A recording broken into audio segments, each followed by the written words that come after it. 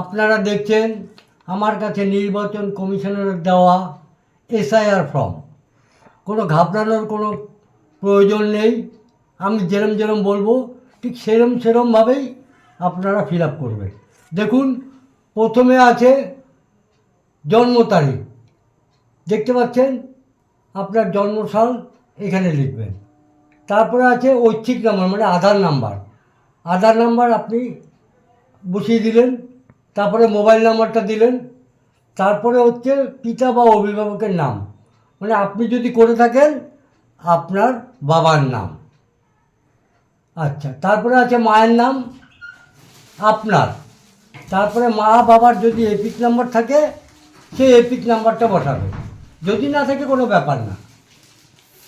এইবার হচ্ছে এই সাইডটা, যদি আপনার 2002 সালের ভোটার লিস্টে নাম থাকে তাহলে এই যে প্রথম অক্ষরটা এটা হচ্ছে আপনার নাম।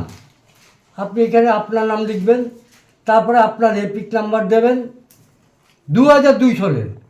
তারপরে রিলেশনশিপ লেখা আছে, এখানে আপনার বাবার নাম। তারপরে হচ্ছে বাবা মানে ফাদারের নাম।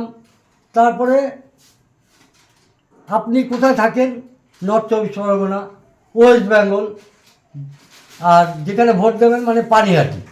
তারপরে আপনার কী আছে এখানে বিধানসভা ক্ষেত্রের নাম্বার, যার ওয়ার্ডে সেরম নাম্বার হবে। আমাদের যেমন আছে 135, আপনারটা দেখে নেবেন, ঠিক সেই জায়গায় দেবেন। তারপরে আছে অংশ নাম্বার, অর্থাৎ কোন পার্ট, এখানে আছে 253।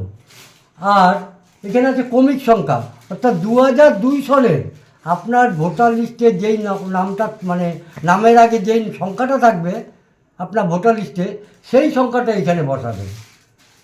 ঠিক আছে, বুঝতে পারলাম? ভয়ের কোনো কারণ নেই। ছবি পোস্ট করবে এবং নির্বাচন কমিশনের সইটা এখানে মিলিয়ে দেখে নেবেন।